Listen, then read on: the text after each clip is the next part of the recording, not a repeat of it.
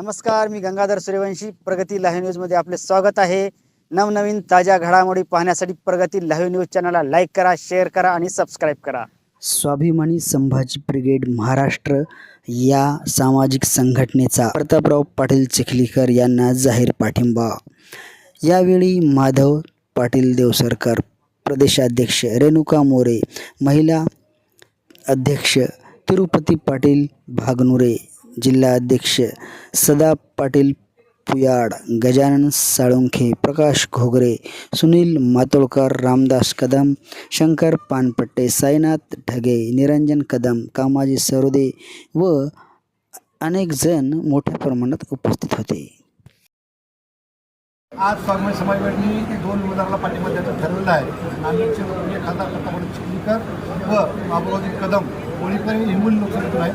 या 2 व्यक्तीला पाठिंबा वैयक्तिक द्यायचं स्वाभिमानी समाजाने ठरवलं आहे. कारण का ठरवलं तर जे मराठा समाजासाठी आहे आम्ही त्यांच्यासाठी आहोत. स्वाभिमानी समाज मागच्या अनेक वर्षामध्ये अनेकदा आंदोलन करते. त्या आंदोलनामध्ये दोन्ही नेते सहभागी होतात.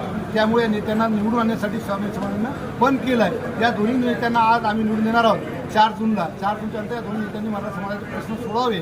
तर नाही सोडवले तर येणाऱ्या काळामध्ये विधानसभेच्या अनुषंगाने गाठ मराठ्यांशी आहे आणि स्वाभिमानी समाजाशी आहे ही देखील त्यांनी विसरू नये. आज मराठीतून आम्ही त्यांना सहकार्य करतोय आणि त्यांनी आम्हाला सहकार्य नेहमी करतायत.